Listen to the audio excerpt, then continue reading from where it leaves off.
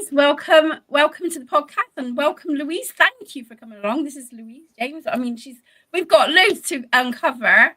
I mean, first and foremost, Louise, can you introduce yourself and tell us what you do, and what is a life being holistics, and then we can get into the nitty-gritty stuff.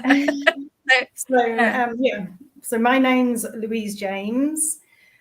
My business name's Lifebeing, Holistics and Psychic, and it was quite difficult choosing a name because of the whole myriad of so many different things that I do that through my life all seemed disconnected, but now I know it's all connected. I can relate to that. Yeah, absolutely. So what is the Life Being Holistics? Just so for the viewers to sort of get an idea. My boyfriend's got a group happening upstairs, and he's on live with that with some of his students. So some of them are moving their chairs around upstairs. So I apologise for any additional noise. And by the way, guys, hopefully he'll be coming on soon as well. So we're gonna have a two back there. So we'll be looking forward to that one as well. So so what is a Life Being Holistics?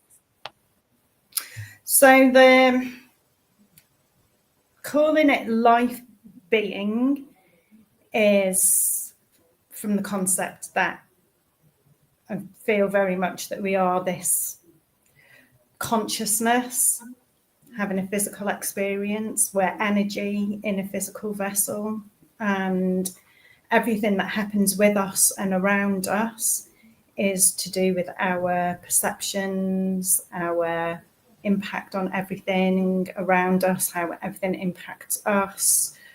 So hence we're energy, life, having this being in. There's loads to be in.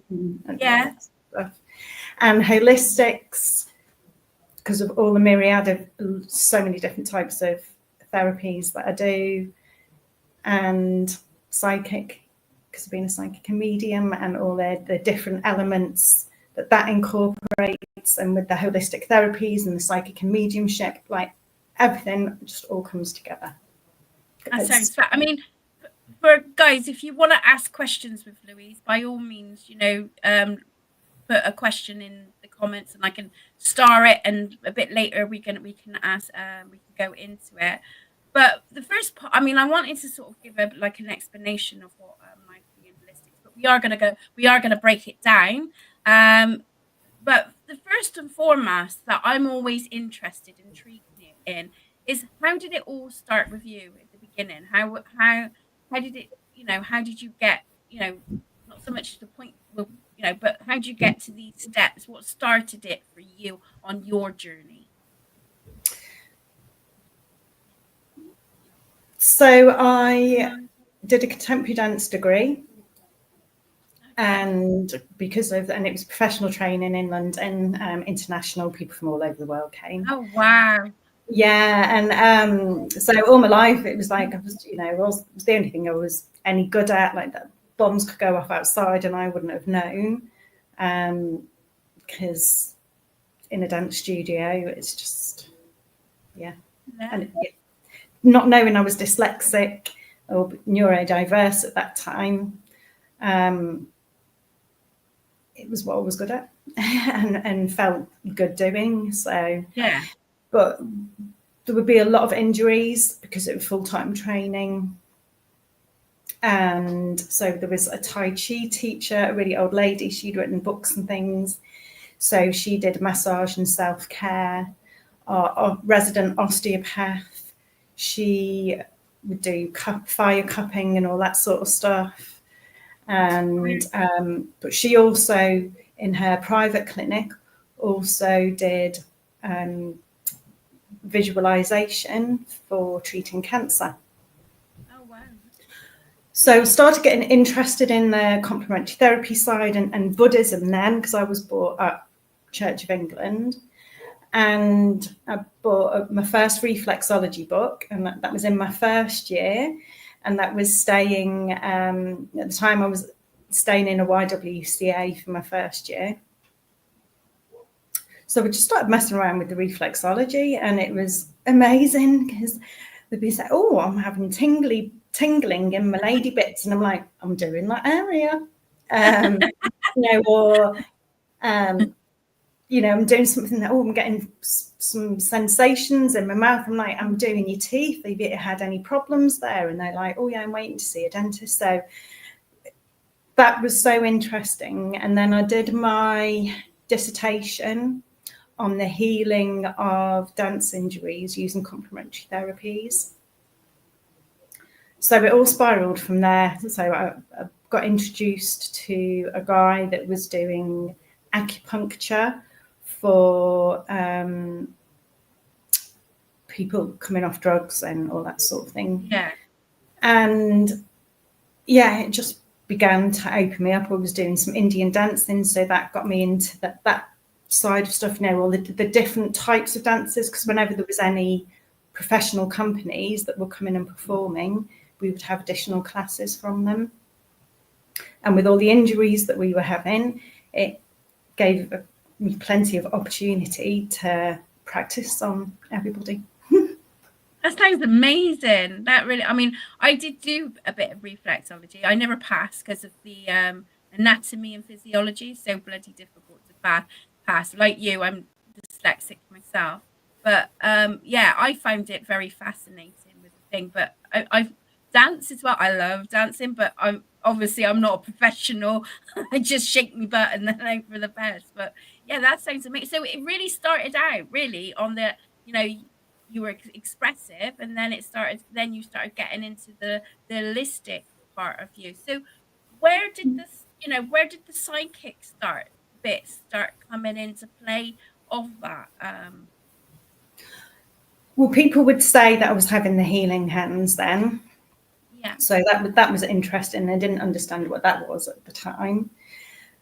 I got married in my second year, and then we moved to Northamptonshire a few years after I finished, and I worked in the leisure industry to begin with. And then my daughter was 1, and I was an at-home mum pulling my hair out, because what is there to talk about other than babies? Yeah. The Take a Break magazine, the morning programs, all that sort of stuff. So I needed more stimulation. And I was having an overactive thyroid at the time, so I'd lost quite a lot of weight. So I decided to, because on the holistic therapy course, there was aromatherapy, massage, and reflexology. And the aromatherapy, I was like, well, I'm not really interested in that, but it was part of it. And so I decided to use aromatherapy for treating what was happening with the overactive thyroid, and I ended up coming off the medication and I got better. And doing the course, particularly with reflexology, what I know now is I was picking up psychic messages. I was feeling people's ailments. So, and again, that fitted back in with like, oh, now I know that's why dance has played such a role, because you feel the music, you become the music, it comes through you. So the empath side of stuff. And that's where doing the complementary therapy course, even one of my peers doing treatments on her, I would get a lot of messages for her sort of thing. And their tutor was really shocked. She said, she took me to one side and she said she's never relaxed so much with anyone else, and she's certainly not told any of the others about her anxiety and anorexia. And wow. It's just because of the stuff that I was getting. What you're picking up. Yeah. It is amazing, isn't it? How you can pick up these elements, and that did it freak you out at first? I mean, I know a few times it used to freak me out. Well, but so the more that I work with it, this is where a lot of things now I realise. So like my thoughts, when it can be like a Tourette's thing, and it's like So, for example, I was doing a treatment on someone, and it was just in my head, they need a hug, they need a hug. Well, I'm like, why am I getting the need a hug? And so in my head, I'm querying that, and then so I got more answers, and then because it becomes like a Tourette's thing, it's like, I have to say it. And the message behind why the person needed a hug was exactly what was going on in the family and with her children and all that sort of thing. So, and when I did, after doing my Reiki, I was with my Reiki master in his local pub, and someone was like really poo-pooing him and having a go at him. You're feeding off people's vulnerabilities and all this sort of thing. And it was before I went into the mediumship side. I'd already started sitting on psychic development circles. So I tapped into this bloke, and it was like, okay, he's not got any passion. This is why, he's so external in everything and very analytic. He's not in his body. And what is it he's missing? And he's missing passion. So I spoke to him, and I was like, what did you do as a child with your hands? Like, because I'm seeing images, and he used to do a lot of art, and he stopped doing his art. And I'm like, you need to be doing your art again. This is going to help you to relax. And especially express as well, isn't it? It's a good expression as well. Art is, I mean, I'm not an artist, but, art therapies and stuff. So in what I know now, like reading him, I was saying stuff that, I can't remember other things that I was saying, but I was reading things about him that I wouldn't have known. But he felt the benefit, he relaxed, he completely changed, and we ended up having a really amazing conversation.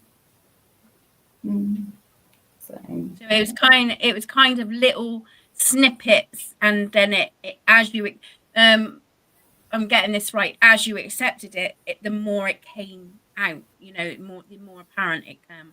What did you think of your first experiences of doing Reiki? Because it's your journey, the first part, isn't it? So now I know what we call it in shamanically is hollow bones. And hollow bones. So it's this thing of being more of a clear vessel. So the more pure we can be, like clear water, the more all the energies and everything can flow through us. So this is where like fasting, I find, works really well before going into healing work or psychic and mediumship, because the gut takes up so much energy, and it drops your energy down. So the hollow bones. So it was actually my mum and one of her friends that had booked in to do the Reiki, and my mum being devout Church of England, it was like, oh, it's a bit weird that you're doing that, but you're doing that and you haven't asked me. So I ended up going with them, and when we went into the lady's house on the first day, she'd got the Reiki manuals. Each one had a blue note that was folded up and a crystal on top of it, and the note explained the meaning of the crystal. So I let my mum and her friend choose first. So one was rose quartz, and the other one was smoky quartz.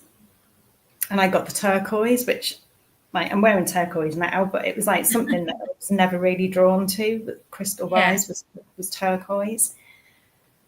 And I read the note, and it was like, okay, this is very meaningful for me, but I'm not going to say what it is now because I don't want to influence the day.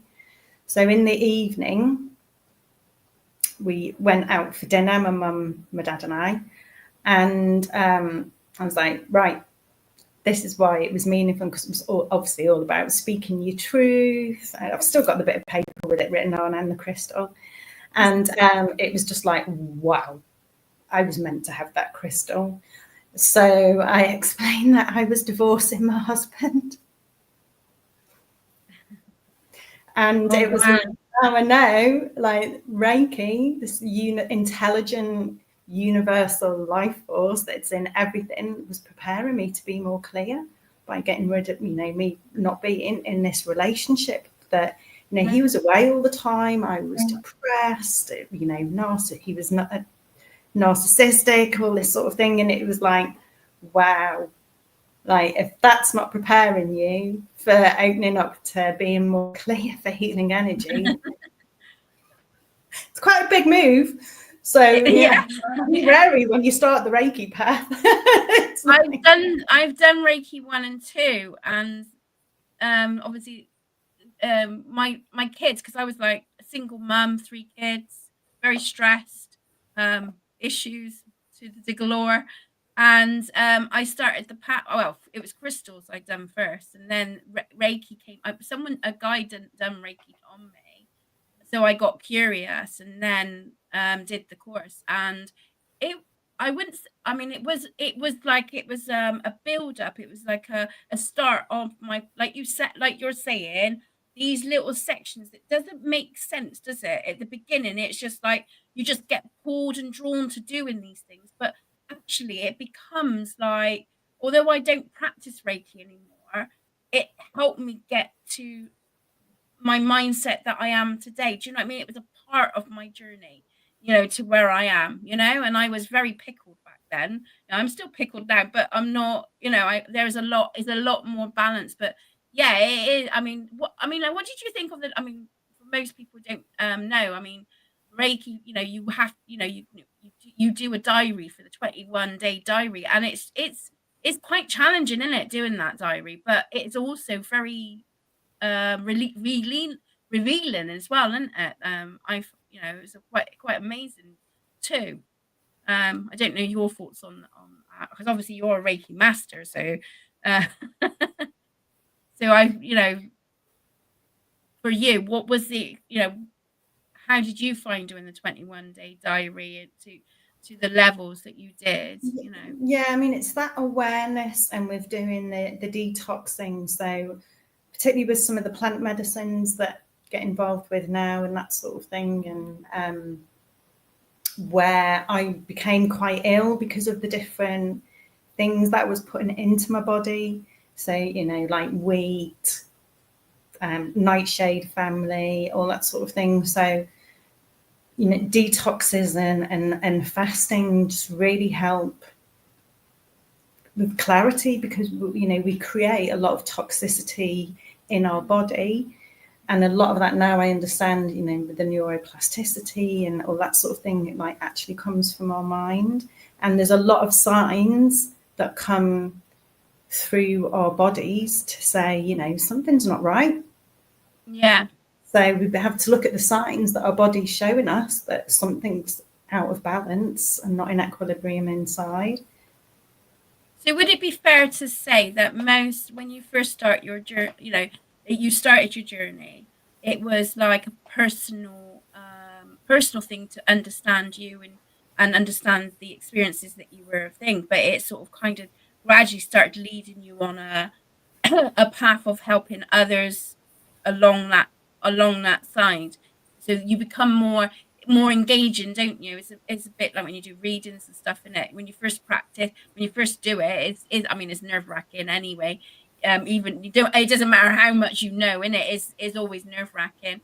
But the more you do it, and the more you engaged in it, and the more you get the feedback from it, the more you start to realize actually what you can offer as a person, as well as helping yourself as well. I don't know. Yeah, I guess. I'm always one for wanting to help other people, and if I find something that helps me, then I can share that with someone else. And being neurodiverse, which I believe we're all born that way anyway, it's our natural way of being. It's how we learn. We learn with all our senses. We're visual, spatial thinkers to begin with, and it's when we go into school and all these sorts of things that we then get have to fit into a box and become a linear thinker, and no, that's not right, and this is wrong, and this has to be done this way. But then, you know, if that switch in our mind doesn't flip, that's when we have all the problems in school. Because, you know, where they'd say one thing and a window would open up in my mind, so we'd go and explore that, and then they'd say something else in another window, and so we'd be able to go into these different elements of what they were saying to explore. But then I was able to then bring it all together. So a bit like when I learned about the Fibonacci sequence that came at like 3:30 in the morning, as it does sometimes, and got a massive download on that. So, you know, as a kid, my dad would say, "Oh, stop making connections that aren't there." Or, you know, when other people are smoking cannabis and stuff, which I can't do, because it's just like my brain's just out there already anyway. Yeah. So everyone else starts doing things like that, and all of a sudden I can have the type of conversations in how my brain's thinking anyway.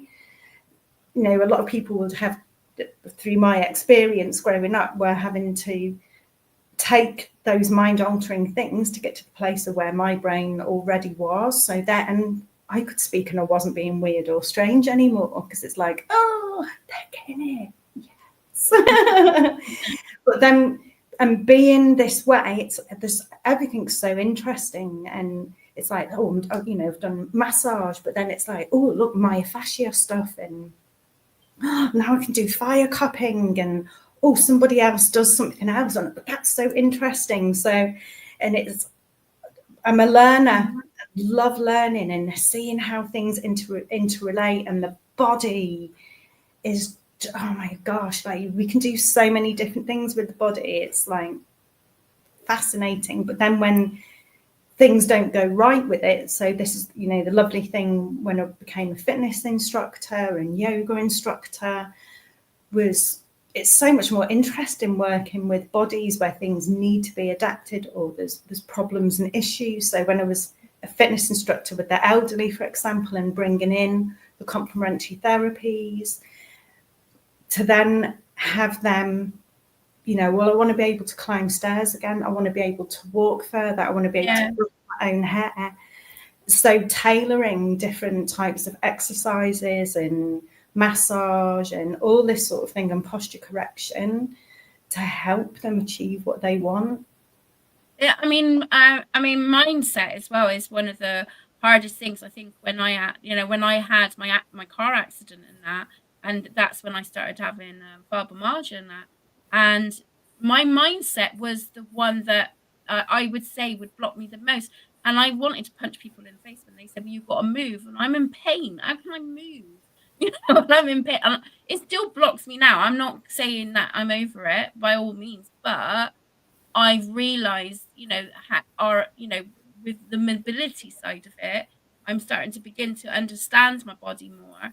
But it's took a long time to get to that point. So having someone like you on board would be more beneficial, because you've got got the understanding on how the body works, but also you've done mental health as well, haven't you? You've worked on mental health side of things as well, haven't you? So there's that other side of it, because it's really hard. And I think the power of the mind, you know, where, and like you said about the schools and stuff, where we can be not expressed, what's it called? Pushed down. Thank you. Pushed down, then we kind of lose who we are, aren't we, as individual people. So it can block our path in all aspects, whether it's in relationships and stuff. Yeah, conformity blocks us in so many ways, and we don't realize, you know, I was such a people pleaser, trying to fit in all the time, and, you know, with depression because of, you know, being in an abusive relationship, not being able to, in the isolation from that, not being able to be the real me, being on the empath side, so in clairsentience, so I'm always fitting in with the other person all the time, and or the other people around me. And with the conformity, so if we think now about, you know, what's in the media, fashion, makeup, all this sort of thing, you know, it's like everything's geared up to make us fit into a carbon copy of what it is to be a woman, what it is to be a female, what it is to be a man, what it is to be normal. You know, you have to dress like this, look like this, wear this, have, you know, all this sort of thing. And what happens is we become so detached from who we are, that because it's not acceptable to be me, because I'm weird, strange, and on my own planet, and, you know, see things that other people don't see, and, you know, or, you know, being called a hypochondriac, when I know I wasn't being a hypochondriac. I was feeling other people's emotions, their ailments, people in spirit, how they've died. You know, when you're growing up with all these things and you don't know, and you're trying to conform, we get more and more ill. And I had chronic fatigue syndrome and fibromyalgia, and I was told by the specialist, so, you know, Spoon's theory, great, absolutely love it, still use it now. But it was like, oh, well, start going, you know, when you go to the gym, go on the running machine and walk. And I was like, no, at the time it was difficult, you know, hanging washing up because my arms were really tight. Crawl up the stairs, you know, all the restless leg syndrome, all that sort of thing. And but everything was associated together, you know, the diet, depression, what the inner dialogue I was saying to myself. I wasn't being very nice to myself, because, you know, and being a born worrier, I think particularly when you go into being a single parent, being in isolation, no family around, or, you know, and had to make new friends, everything becomes so challenging, and you become a survivor, and that's going to have an impact, because you go into bed worried and you're waking up worried. And all your dreams are worrying. When I left the NHS, the Mental Health Trust, you know, I was, at the time, I'd been an employment advisor. So I was advising people on their mental, you know, how, so they'd see the mental health practitioner, and I'd be looking at the problems and issues they were having in work. So many people undiagnosed neurodiverse people, stress, people end up having all the brain fog that we have being neurodiverse, you know, not being the memory recall, all that sort of thing, the physical disabilities that can happen. And working in that way, but then I became my own patient, but there was no one to support me. And they were saying, I'd go for an appointment with HR and all that sort of thing, and they'd be like, well, so have you thought about going to yoga? And I'm like, well, I'm a yoga instructor. Have you thought about going for meditation and breathing exercises? I do that and I teach that. And so all the things they were telling me to do, I was doing anyway, but what I was doing was spiritually bypassing. I could look after myself so well, but I wasn't doing the inner healing work. So because I wasn't doing the inner healing work, I was getting more ill. And we put things in the box, and I'll just ignore that. Well, then what happens? You get burnout. You can't cope anymore. In work. I can remember when someone said to me, just put it in the box and take it away. But it's like clutter, in it. The more, you know, you're going to pile it in, and eventually it comes out. And I mean, the experiences of being a single mum and the stresses and stuff that I went through, I think at one stage it was just one thing after another. So I didn't get time to get over that one thing, because I was hit with another thing, and then hit with another thing. So it was a very challenging time. One thing I will say that the accident did was slow me down. It slowed me down, and it helped me to process my feelings more, and I still can get in that little trapment, and I think everybody has that, but the mindset is I think has such a real powerful thing out of everything. I would say, although my body doesn't do what I would like it to do, I'm so glad I'm more a sound of mind than I was back then, because I was just all over the place, all over the shop. Couldn't be on my own, too scared, too frightened, you know.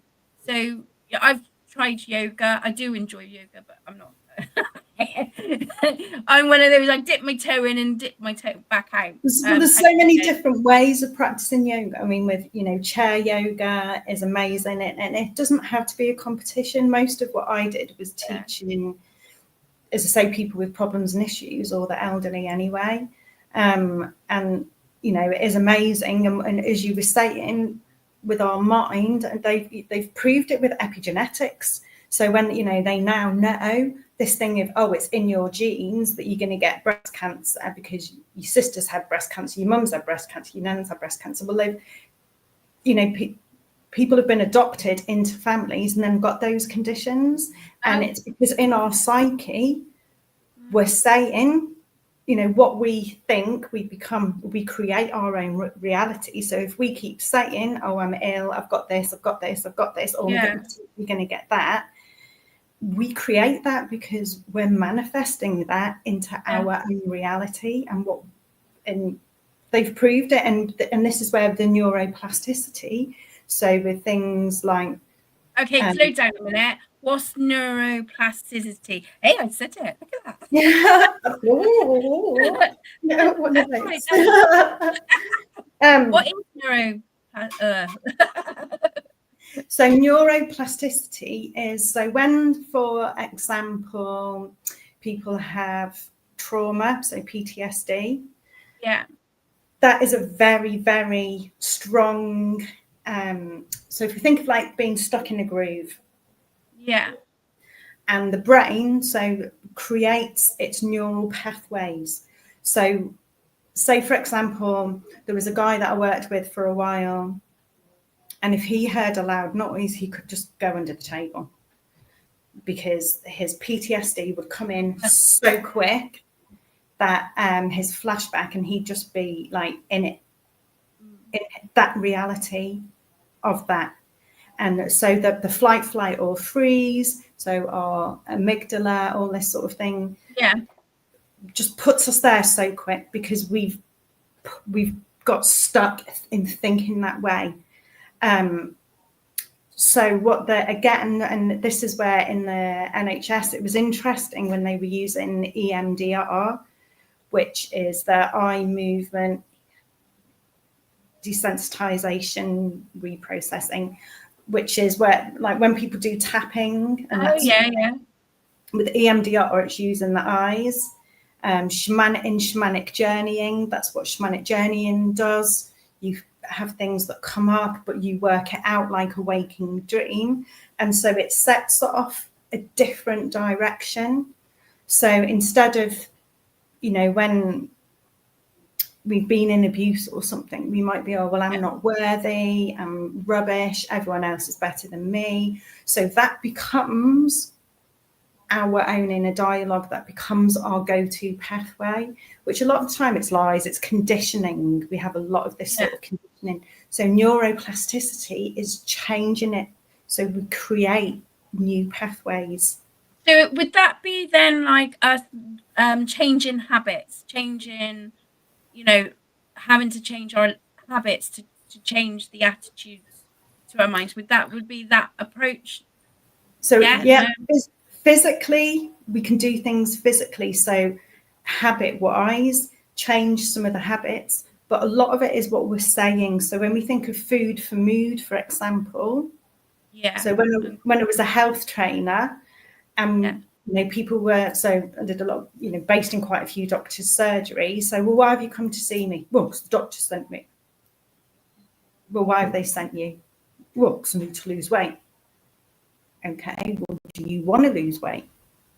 Well, all this sort of thing. And then it's working with them So what are the things that you feel you could change, and why is it they're happening? So why is it that you eat a whole packet of biscuits? Well, I eat a whole packet of biscuits because I can't stop once I get going. Well, why do you eat the biscuits? Well, because, you know, it was such a bad day, and so we'll come back, and so to make myself feel better, I'll start eating the biscuits, but then I can't stop. And then it's like, wow, I've had 4 of them now, I may as well finish the whole packet. So then we'll self-sabotage. There's a lot of I can relate to that. classes, yeah. Yeah, very much relate to that. Yeah, so much self-sabotage. And again, this is where, you know, when we begin to look at setting affirmations, easy step-by-step goals that you can feel confident about, that it's like, well, that's really easy to change. Start off with that. Don't go changing your whole diet. Don't go changing your whole lifestyle. Don't go, oh, I'm going to go to yoga and meditation. I'm going to go to this and do that. It's like, we can't do it all. I feel if I set too many goals, I that's it, game over, and I become complacent, and I convince myself into not going. It's so bizarre how it happens. But if I don't think about it too much, or not worry about how, you know, things, it seems to flow better. So is that what you mean by the, you know, how you can change it? It's just like, yeah, but by then. And it's one thing if we go, you know, we can go off to a retreat or off into the mountains or go off on a hot whatever, but then we're coming back to reality. Yeah. So now I'm back at home, all those stresses. So, you know, a lot of the people that I worked with, it could be they were in abusive relationships. Yeah. It could be they're really stressed at work. It could be they're having problems with their kids. And like, for example, a lot of smokers, it's like, oh, I need to go out for a cigarette. No, you're stressed and you're using that as a timeout. Yeah. Yeah. Yeah. I got there's a lady, well, it's my daughter. So she says, yes, I get overwhelmed by having too much on the go. Yeah. So And that comes with the spoons, doesn't it? That would be like the spoons. Yeah, the spoons is amazing. And can you explain? I mean, I know, but can you explain how it works for you? The spoons, how it works, and the benefits. So, yeah, I mean, so I think at each, you know, through different stages of life, it's good to refocus on that as well. So, because being an empath and clairsentient and neurodiverse and getting overwhelmed with stimuli in all the senses. Yeah. So it isn't just about what we're physically doing. So, you know, if you know that you've got, you know, a day shopping or you're out walking and doing lots of different activities, that has a physical impact. But then things can be more emotionally or psychologically draining as well. So in you know, working in the NHS, you know, particularly a mental health trust, people's problems all the time, helping to problem solve, fit all those pieces together, work out the central thread, you know, all this sort of thing, and their emotions. And then you're out shopping and picking up something from somebody else. So this is where time out alone comes in. Like, it can be so draining. Like, listening if you're out in busy places and it's loud and you're trying to hear one person's voice, or with my sight, lots of different things happening visually, and I'm trying to focus on one thing. Like, all those things can drain our energy in lots of different ways. So sometimes we have to recognize, I need some time by myself. I need to be in my own energy. I need to be still. I need to be quiet. I need to not talk. I need to not have people talking at me. Just not thinking, is it? It's just like sitting and that's not easy, is it? That took me a long time to get to that stage now. But I'm in that stage, and it's so refreshing, and it does help, you know. And I, like you said, I turn the phone off. That's it. I need to desensitize myself, because if I don't, then I'll head for a burnout. So it's and this is where, particularly working in a mental health trust and working with, you know, people's problems and issues all day long, and you've got your own, you know, that you have happening in your own life. So one of the worst things was, you know, I would put Radio 1 on in the morning because it was happy, but then the news, you know, and they're laughing, but then the news would come on and I'd be like, oh, that's so sad, and I'd start crying, and then it's like, oh my gosh. So it's like the circle of influence. So, you know, we work with what we can influence around us, but if there's lots of things that are having negative impact all the time, on top of a whole load of stress and trying to manage everything, we then have to realise, okay, I have to look after my own well-being. And if I'm listening to stuff that's happening all on the other side of the world, or what's happening with politicians, or, you know, watching these really negative TV programmes where things, you know, it's like, why do I want to go watching Coronation Street in EastEnders when I've got that happening in my own life and all the people that I'm working with? I see how cruel and horrible people are. Why do I don't want to do that. I want to get up on the right side of bed, and I want to focus on, you know, and it's not about putting a blinker vision on. You know, not everything's love and light. We start off when we get into the healing side of stuff and make it, oh, love and light, love and light. But that's where we're doing the spiritual bypassing. But on the... Sorry, continue. I'll hold that thought. But this is where, with the yin yang side of stuff and on the shamanic side and understanding, there isn't any good or bad. And the tarot so helped me with this side of stuff as well, that there is no good or bad. The wonderful things or the beauty and the magic that happens is great. That's when we're on our high frequencies and everything's wonderful. We're in pure love energy and the world's a magic place, like when we're a child, and it's like, wow, everything's fascinating. But then when we're in the mindset of everything's getting too much, and we see it as bad, but they're not. These are our lessons. So when we go to school, college, training in work, we're learning new things all the time, but we don't have that in life. So how do we learn in life? We learn by the challenges. They're not bad things. They're challenges. They're life lessons. And all these things that happen, so being a single parent, stressful things happen in work, how people react to us, how we get triggered by other people, particularly triggers from other people. Turn that mirror around. You know, what is this showing about me? And this is where there's no good or bad. Something that we feel went wrong, when we reflect on that later on, like say like in years later,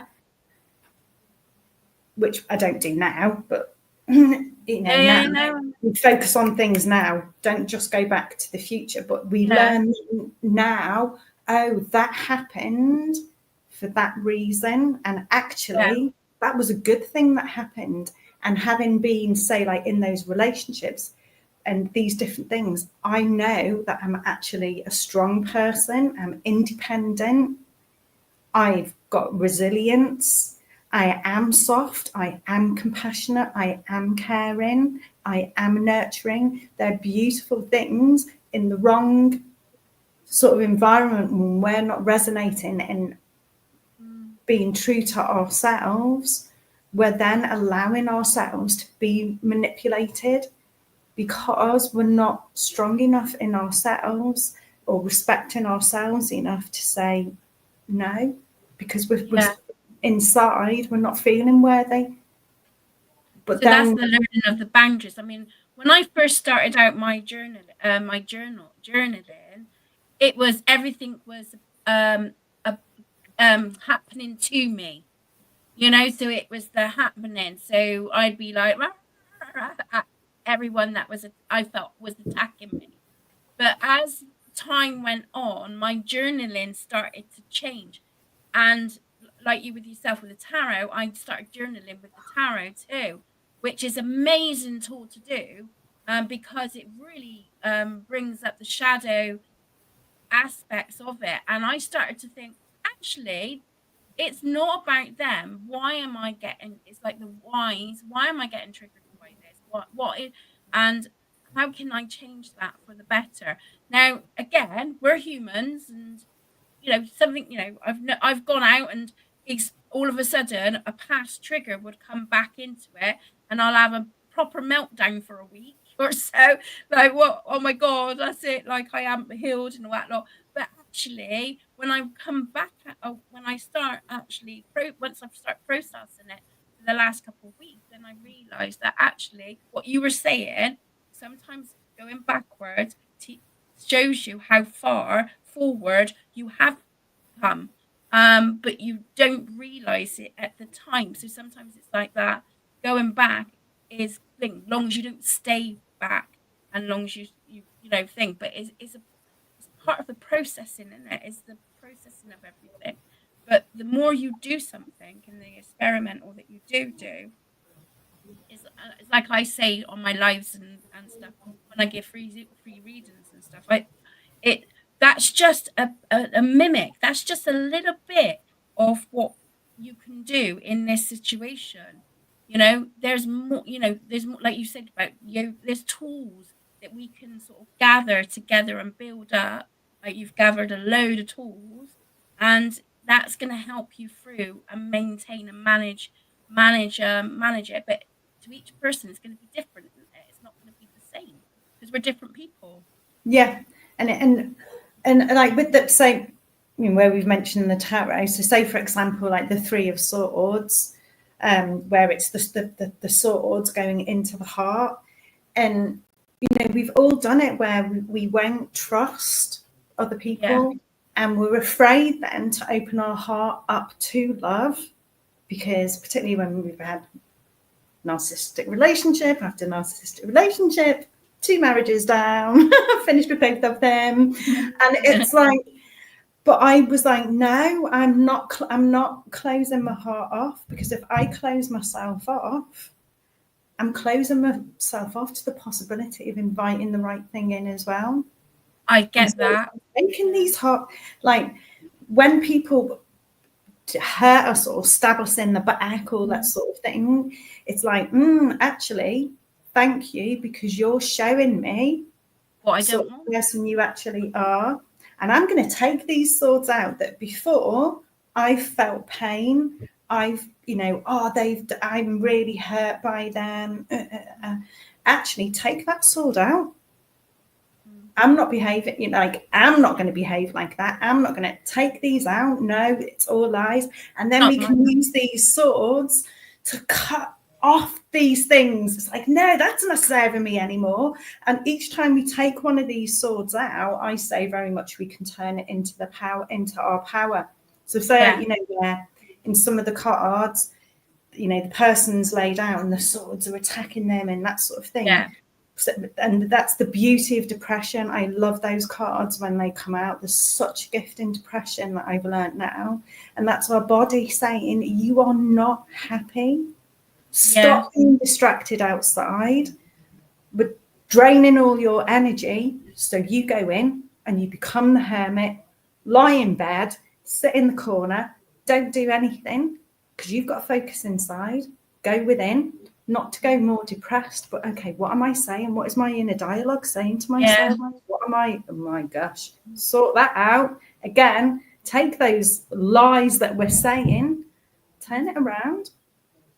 Turn it around, and you turn it into your power. And this is where the cups and all the water come in, and it's like, oh my gosh. It's amazing, isn't it? It is amazing. And the chariot rider, I love the chariot rider. Getting your power. Control your mind, control the little devil, control the little angel. The little devil's wrong. That side that we're saying to ourselves, we don't need anyone else saying any of that, because we can be so detrimental to ourselves. Why are we doing that? We want everyone else to be happy. Why are we lying and being horrible to ourselves? And I think that's the one thing that we don't get taught, do we? How to regulate our emotions too, and how to regulate those things. We're not taught from an early age, and it goes down. And I remember like my mum saying, how can we break the cycle that we're doing? And I went, I don't know, this was the part of it, but now I'm starting to understand it's got to start from within you. It's got to start, you know, we got to like it's got to start within us, and how to change this mindset first, and then we can make the changes in the cycles of like the family, you know, thing, you know, yeah, gone out the window. Sorry. Brain fog. The cycles in the family is so interesting. Yeah. You know, particularly now. So we're working on the shamanic side, and there's lots of other different practices that look at ancestral healing. So, you know, if there's patterns and of things that have like seem to be coming through the family line through different generations, and then to our own children, there's some ancestral healing going on there. Yeah, absolutely. Coming through the ancestral line that comes to us. If we can heal it, we can heal it up and down the line. We don't have to keep going back, as Alan Watts said, you know, to the Adam and Eve being a monkey. We don't have to go back that far. We can do it now and heal it. It's like, oh my God, it's ancestral healings are amazing. Yeah, and a lot of that comes back to the womb. So womb healings are like so interesting when people can't conceive. And again, that a lot of that's ancestral. Oh, really? I didn't know that. Can be ancestral, or again, or negative inner dialogue that we're saying. And that's going to be a hostile environment for a baby. If you're not loving, you know, if you're not loving down there, or you're not loving you, and it not in a narcissistic way of loving you, but if you can't enjoy being you, and you're being really disassociated, how can you've got to have a loving, nurturing environment for a baby to come in there. Yeah, no, I can sort of relate to that. I mean, what is the biggest thing you've learned from learning all this practice, you know, and all the things that you've done? How has it impacted your life, and how's it, you know, that you're, because you did say to me, or say to us that that you like to help people, and when I learn something, I like to help that. But so, how has it impacted your life then, and made changes to you, for you to sort of like realize that, well, this is working, I know I need to share this now, you know? How did you get to that? So after doing a mediumship training, because I didn't think I was a medium, but went on to some further training, because I sat in circles. I did my mediumship training with Deborah Grantham, my Reiki master. He's a psychic and medium, Crystal Zen Garden up north. But then sitting a few different retreats with Jo Bradley, she went back over some of the signs that of being a psychic and a medium, what that's like as a child, and a baby, and when it's not being tapped into, and then as we get older.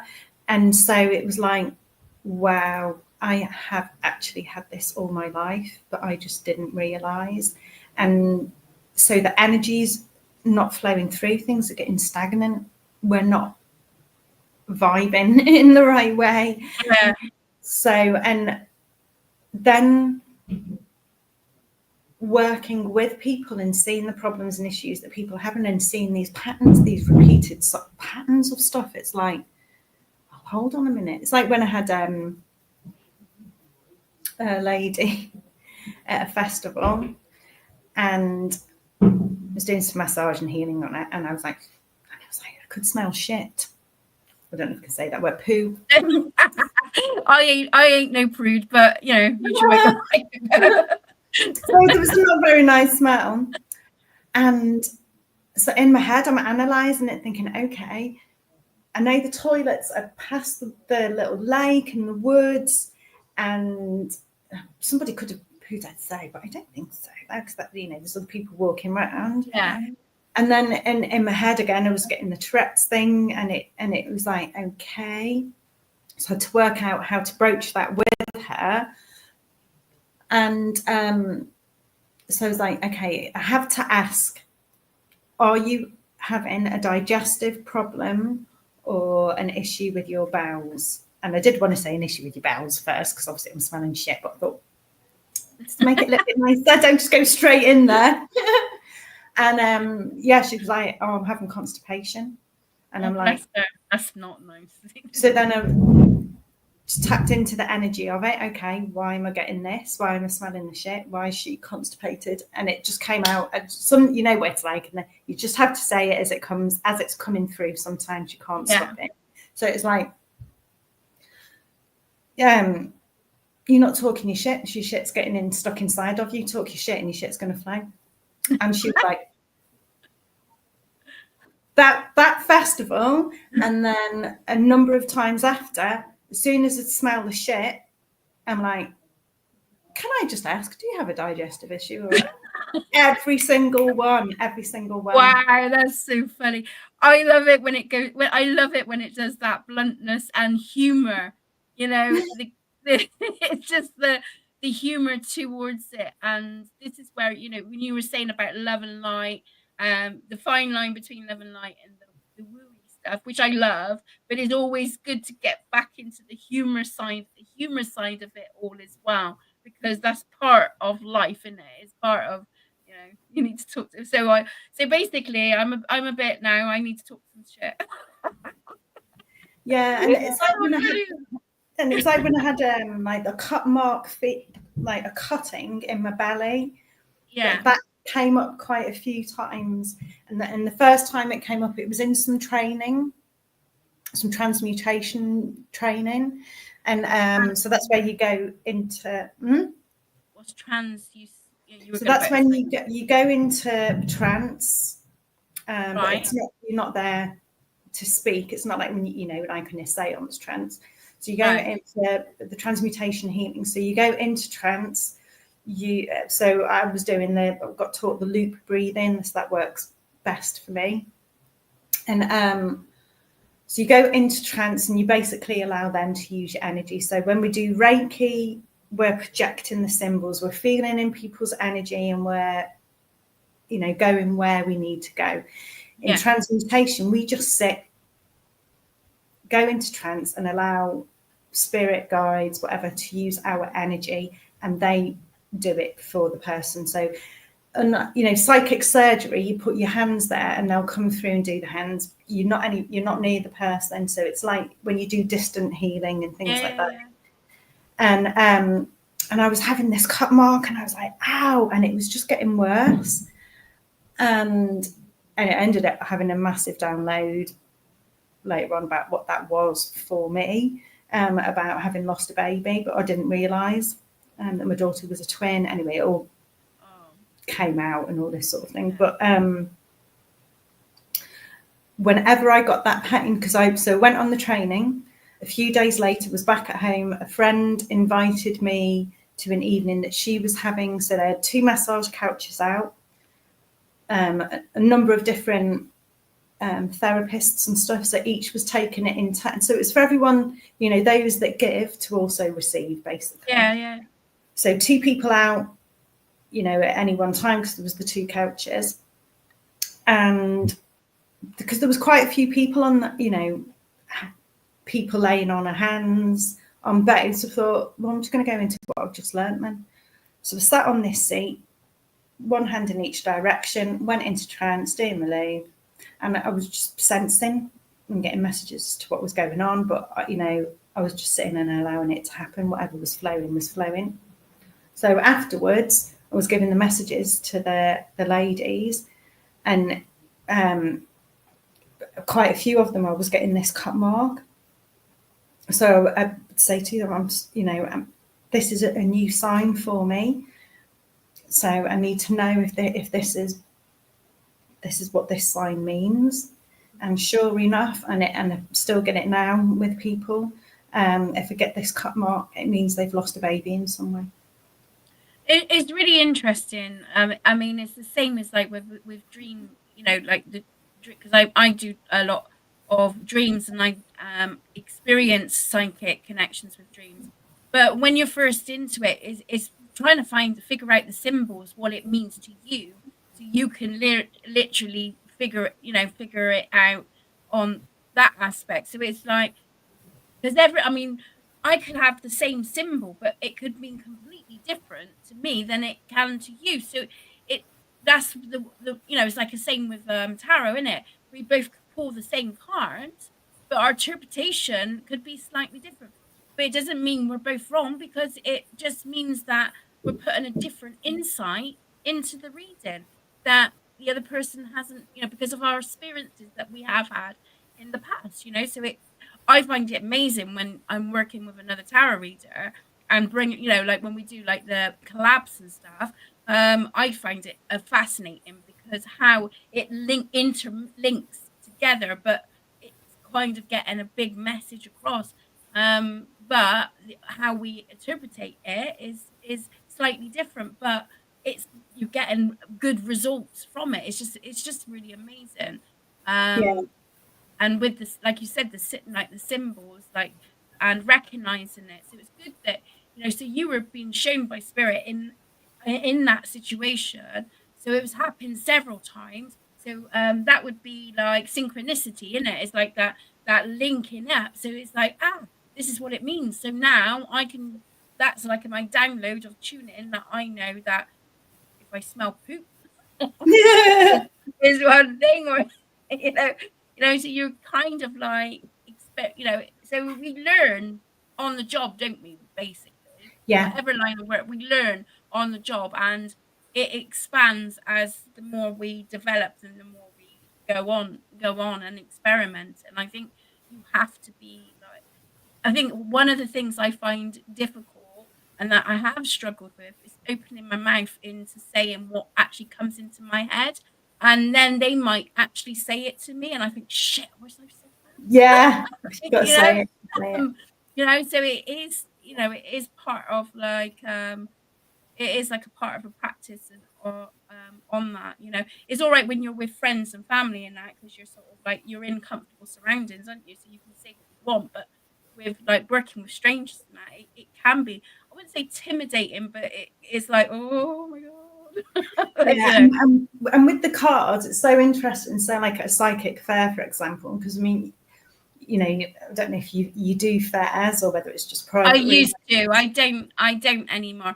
I kind of come away from it. I kind of like doing my YouTube stuff. I'm like, because I work as well, and with my condition, I just can't commit to. I just don't want to. I suppose I don't want to commit to it. I enjoy what I'm doing right now. If things change later on down the line, then that's great. But I quite like coming on and doing the free readings. I enjoy that aspect. That's probably my issues in certain. When you're doing your free readings, so say like if you've got a number of them in a day, yeah. Is it like when we're at fairs where you'll have say like 3 or 4 cards that seem to repeat so many times? Oh god, yeah. Or you'll get somebody that'll go like, well, I've seen 3 readers now, and you're saying exactly the same thing they've done. And I can't help it now. Now it's like, that's because we're all, because you're coming to see each of us because you want to hear what you want to hear. Yeah. We're telling you what you need to know. We're all getting the same thing because your subconscious is wanting you to hear this. Yeah. But your conscious might say, the monkey brain, the lies we tell ourselves, you're not ready to hear it. But this is what you need to hear. Yeah. And it's our way of interpreting it. I mean, I can remember, like, on the phone lines, I went for a phase of saying things bluntly and harshly, because I was new to the thing. So I'm like, in my head, I'm like doing you a favor. But as time went on, I began to realize, you start learning to develop a bit more compassion. You start to learning, how to handle those strong cards when they're saying, is my ex going to return, or is it this going to return? I don't like doing those questions because I feel uncomfortable. Even still now, I still feel uncomfortable doing it because I feel like it's not doing you any favors, because it could, you know, I don't know, but this is my interpretation of it. I don't know, sometimes if we want it so much that it does come out in the cards, and then us as readers may interpret that person's coming back, when actually it's what you're thriving for, and they want you to pay attention to that, of your own thoughts and feelings. So it's a really fine line, isn't it, when it comes to that. And but yeah, I found that it was something like, oh my gosh, so last year, I mean, sometimes when spirits coming through, like a loved one's coming through, they're coming through like harsh, because they're coming through, like I say, it's like a bitch slap. They're coming through to give a bitch slap. yeah, And and it was so, I never had anything like this. So at a fair, and I started getting the visual auras that would go into migraine. So for me, it's like the visual illusions where they're black and white and it's all moving, and you're like, oh, that's what you should get like that. So I'll get one spot and then another spot will come in. They're each doing different, and it started building up, and I was like, no, I've got all day. I can't be having a migraine. Like, I've then got to pick up early and drive home, and I was like, and this lady was talking to me, and then her friend, because she was wanting to book in for the end of the day, and then her friend came to the table, and it just filled up my whole sight, and it was like I just couldn't see past what was happening, and it was like, and because it came in so strong, so quick, and I'm like, I have to speak with you, because I knew straight away, this isn't me. This is coming into me.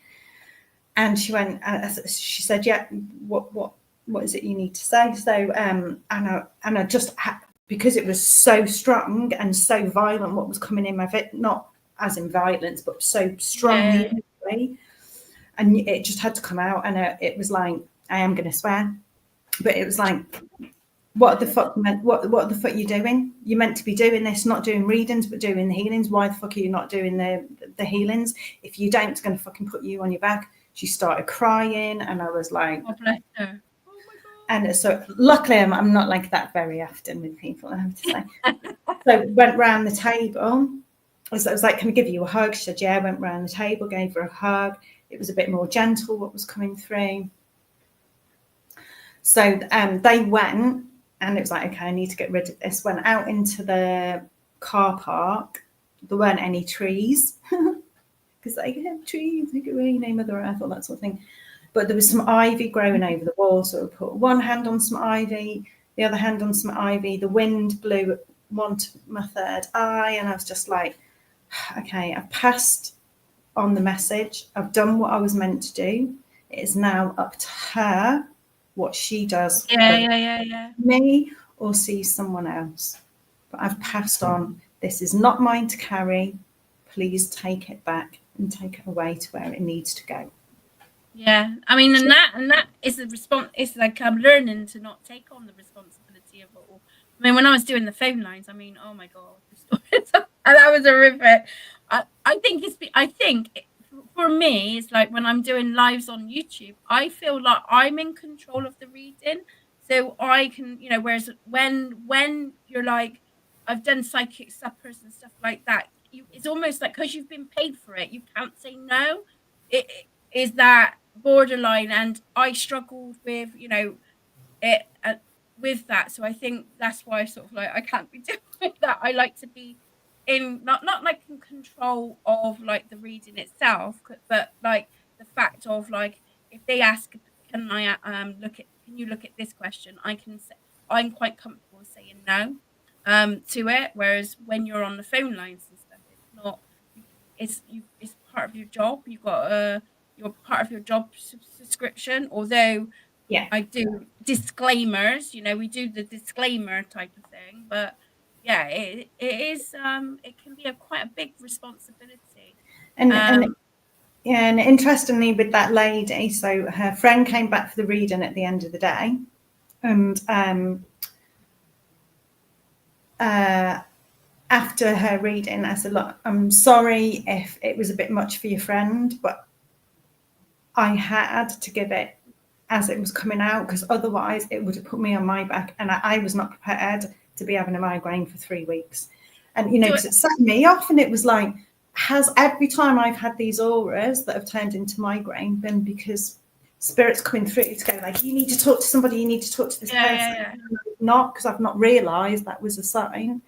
And she said, you were spot on. She went, she's seen readers before who said she should be doing healing work, and she's not. And she's just been diagnosed with pneumonia. And it was like, it'll get worse if she's not, because it's getting stuck in her. They're wanting to work with her, and they're forcing her. They're trying to get to her, and she's not listening. And so what you're saying now is that when I approached it into that into things, maybe it was like the force of spirit saying they needed to, you know, it was like enough was enough. They needed to hear it at the time. Yeah, they were like to me, come on, speak to her, speak to this. And I'm like, what? Yeah. And just because she needed a wake up call, because she was getting more ill. And it's just like, wow, because you know, being particularly clairsentient as well, you feel so much, and you don't realise that. Yeah. What, you know, you can just flip from one to the other quite quick. And it's like, you know, now, like if you're with me and I'm like, ooh, like that, you know, it's like someone walking over your grave. That's because I don't see spirit, because I shut my sight down as a child because of what I was seeing, the monsters in people's faces, which was different parts of their personality or past lives or whatever, or their guides that are with them. But so yeah, when I get the judger, that's a spirit going, oh, hello, you know, they can't shake my hand to go, like they'll pass through and like, oh, hello. You know. I used to get that a lot in a flat all the time. They'd be like, get off me. I was haunted, that flat, by the way. It's so like, it put me on the right path. Yeah. There. Yeah, get off me. No one there. No, they are there. Yeah. Yeah. But and this is where with some of the clairsentient, so we did boyfriend and I that you know you're potentially going to be having on put on. Yeah. And we did a little mediumship night, and he was doing something, and he went, oh, do you think? So he was just finishing, and he was like, oh, do you think if you've got someone coming through? I'm like, and I realised like everything now I do for a reason. So I was sat, and I'd got heeled boots on, but I was sat all nice and tall and quite and I was like, oh, okay, why am I sat like this? Because I wouldn't normally sit like this at a fair. Yeah. Okay. Sorry, at a demonstration. And so I just had to go with what they give me. So I stood up, and I was standing, and I was like posing, but I could feel, I didn't want to say it. I wish I had one of those moments. I could feel like I'd got my boobs out, but a necklace on, and so I was describing, so this lady's, you know, standing in heels, she knows how to wear them. It's like she's being looked at, but not in a beauty pageant. It's not a beauty thing, but she's, you know, standing there, diamonds, you know, whatever, and you know, posing sort of thing. And there was lots of other stuff that I got as well, and then it flipped. And it was her husband, because I was getting his strong arms and painting, but not a painter. And they were, oh yeah, my granddad was an artist. But afterwards, because they didn't want to admit to anything in front of everyone else, she was like, my grandma was a Playboy bunny.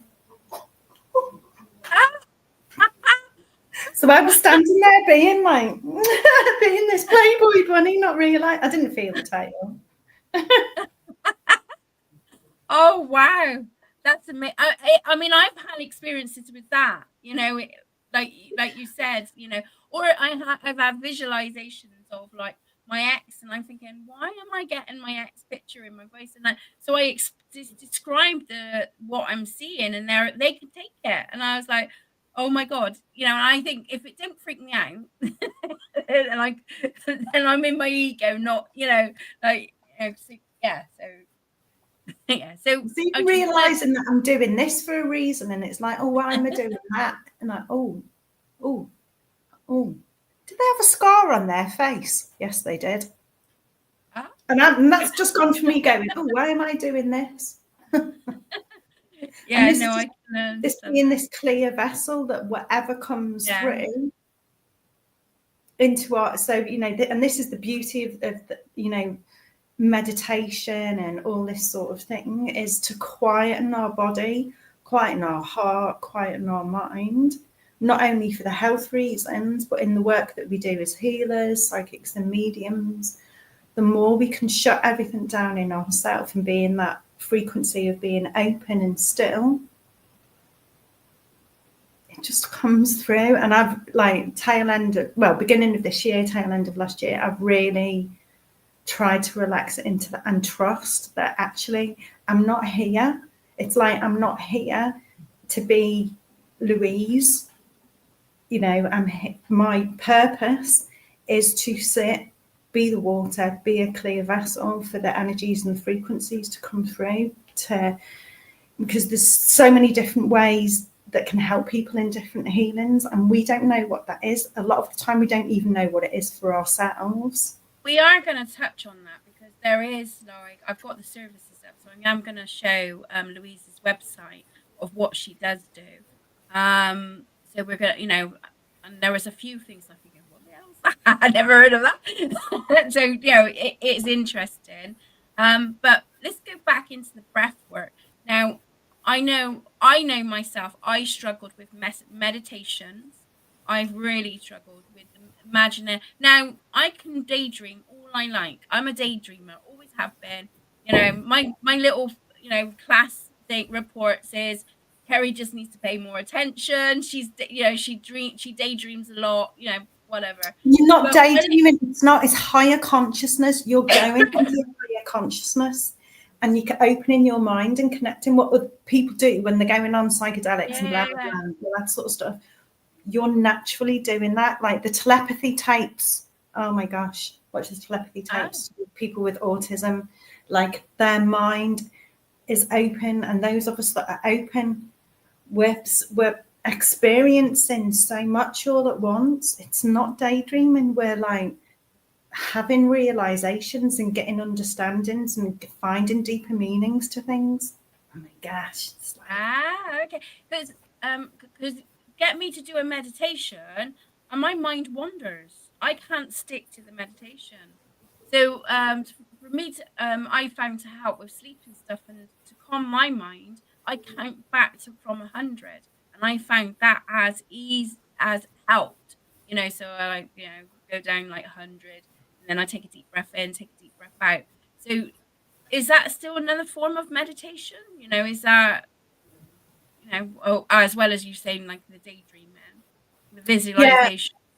Yeah. So with meditation, mindfulness, breath work, all those, there's so many different ways to focus the mind, and it's basically to still the mind. I mean, I can't stand it when people go like thoughts like clouds. No, mine are like motorbikes a lot of the time. Mine's scary. But the key is to not latch on and to come back in.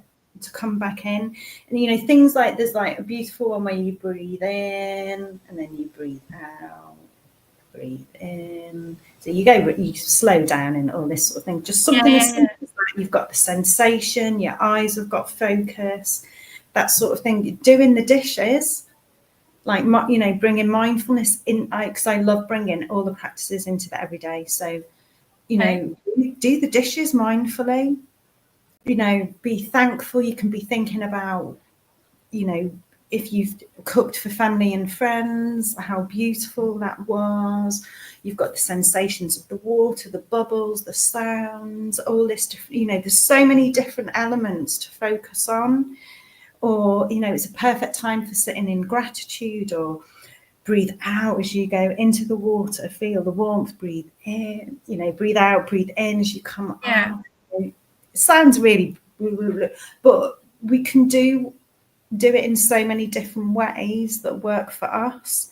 That, you know, there's so many different ways of doing things, and one size doesn't fit all. interesting you say, right? I don't like, but like when I'm cleaning my teeth. When you're cleaning your teeth? When I clean my teeth, right? I start bending my knees because I got problems with my knees. So I start doing the exercises of bending my knees. And I know that, but because I'm like doing something anyway, I'm standing up. Yeah. So I use it. And in all honesty, although it sounds really bizarre, so I'm glad you're saying about the dishes thing. It actually has helped it a little bit, just those little small exercises. And it's not like a great deal, just, and I do my little bit of a stretch in the morning by the mirror. Yeah, and when I was a health trainer, that was one of the things that we would do to help people be more active instead of, so it's not necessarily about going out and exercising. Yeah. So, because there was one guy, for example, he couldn't walk very far. So we were like, okay, so where he lived in the park nearby, there was benches. So it's like, okay, walk to the next bench, then walk to the next bench. And then it was like walking 4 lampshades. So it was just increasing it bit by bit. And he ended up going off and walking through Scotland with his son, but he ended up coming off his blood pressure medication because just by being able to walk further, that allowed that to happen. But it could be like you go into the supermarket, so instead of parking up close to the supermarket, park further away, and after a week later or a couple of weeks later, park even further away. Like you were saying, I love doing exercises doing my teeth. So, legs nice and wide, bending down, doing squats or big lunges, all that sort of thing. They're great. If you need to balance, putting your fingers on, but lifting your heels up. So you're exercising your calf muscles, building up strength there, or doing it one foot even harder. But, you can work your balance while you're doing your teeth. And, when you go up the stairs, try going up 2 stairs at a time, or go up, come back down, and then go back up again.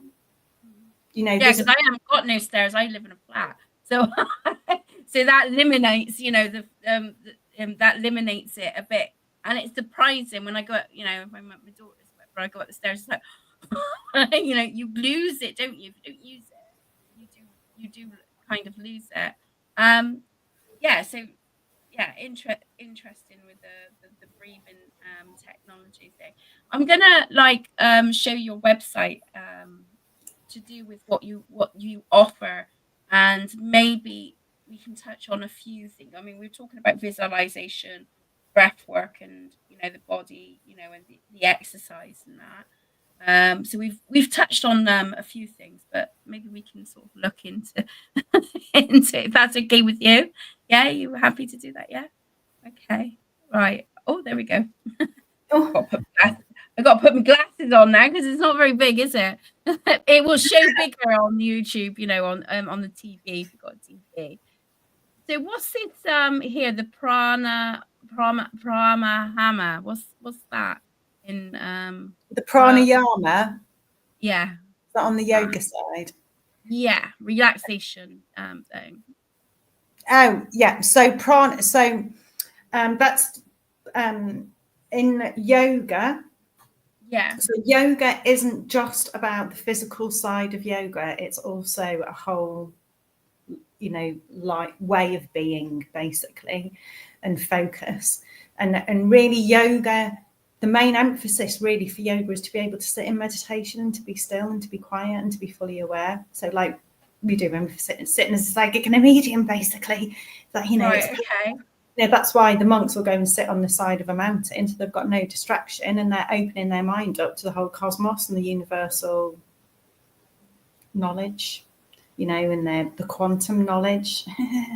So would that be the breath work that you do in yoga and so we've got breath work is when you're working the breath. Breath power is a specific module of working, so that's going through like a rebirth, and it uses NLP and drumming to focus on the breath. It's like a multi-sensory one. It's loud, it gets faster, and then you go into the mighty roar at the end to release everything.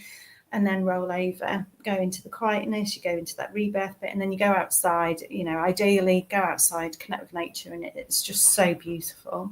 So, Pranayama's on the quieter side of the breathing, so the nice slow practices that we can then, so you know, people when they talk about the alternate nostril breath, all that sort of thing, so because we can work the breath in different ways, so the breath power and breath work, it can, you know, are more forced. Yeah. Pranayama brings you in. So how does that help? What benefits do we get from doing all this breath work with the yoga and how does it help with the body?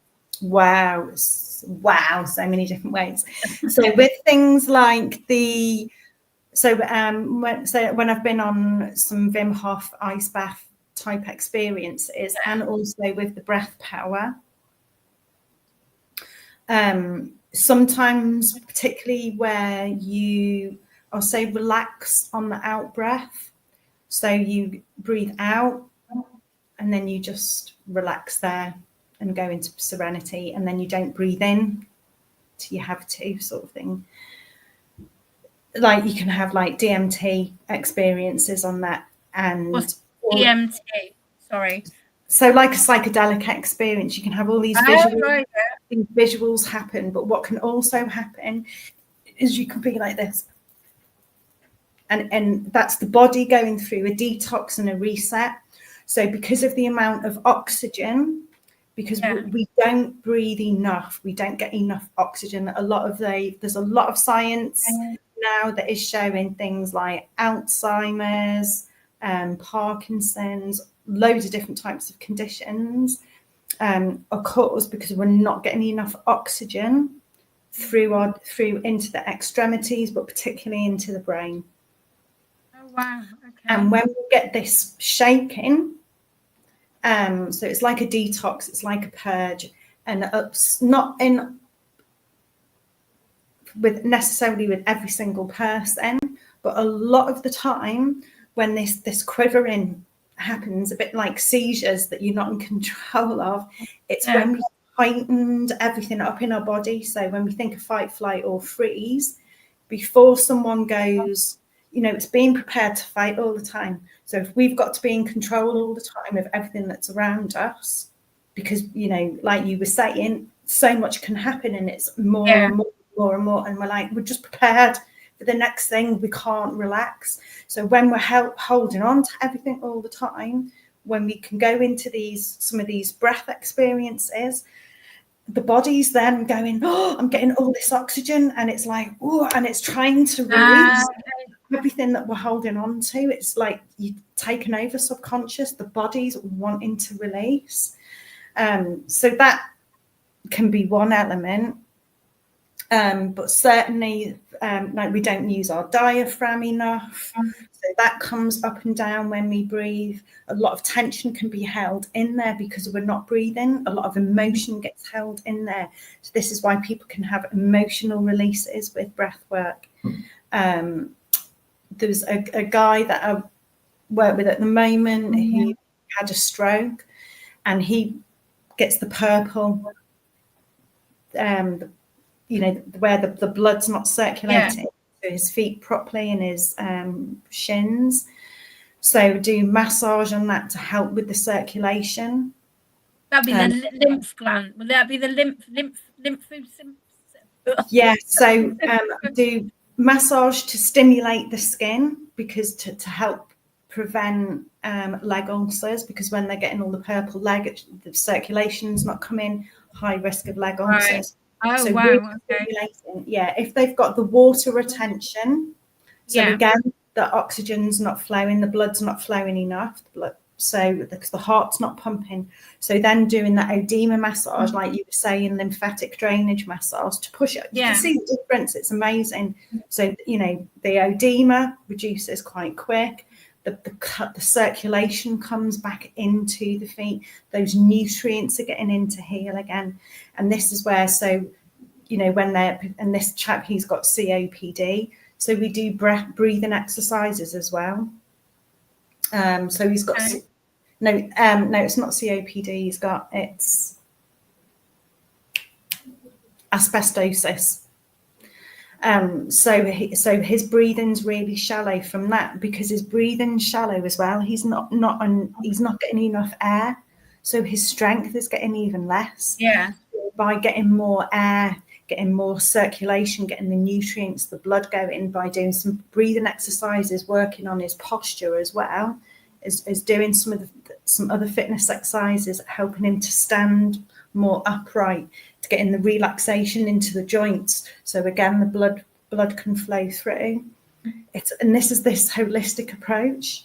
Everything feeds. If I was to just focus on the skin to get the blood there, or to just focus on the oedema, it wouldn't impact everything else. He's not getting oedema anymore, you know. Like even his wife said after a while, he got up in the night and he went to the toilet and took himself to the toilet. He hadn't been able to, you know, he hadn't done that. Getting him doing movements that he didn't realise he can do, and she didn't, like, not massive ones, but he could actually move his hand more than what he realised and things like that. And it was just like, you know, it's amazing. No, it does sound. I mean, you've got lympho drainage massage there, so it's interesting on that aspect. And I mean, I'm intrigued. I mean, I've always. What's the difference between Pilates and yoga? What is there a difference in Pilates with yoga? I'm not a Pilates teacher, right, but okay. So it was so funny when I did my degree in our fitness room where the osteopath was. There was we called it the plie machine, but it's now in Pilates studios. But Pilates is more. It doesn't go into the spiritual side. It doesn't necessarily go so much into the breath and the philosophies. It is more, from my understanding anyway. I don't know because I'm not a Pilates teacher, but no. And I've not been to Pilates classes. But as far as I'm aware, Pilates came from yoga. It's more the westernized, like, let's prescribe, like the Western society's physical version of yoga. So because it's different to being in the gym, so that's why a lot of the way it's practiced is very similar. And this is where the interesting thing, with the crossover with yoga, tai chi, qigong, and with tai chi, when I did tai chi when I moved into Northamptonshire, not that I do it now, but the guy that I went to for quite a while, he would start off, as he called it, the Wellbeing Tai Chi, and then the second hour was free, and that was learning the applications. So that was doing it fast. So say like this beautiful move that you do like this, for example, that's breaking everyone's neck when it's done as a full move. Speed, At the beginning, when you raise the arms and then bring them back, that's when somebody comes in for a choke, full speed, you're whacking their arms out of the way, and then the next move is you're pushing, and that's, so you're whacking someone's arms out of the way, and then you push them back. And so, and this is where I've done Muay Thai.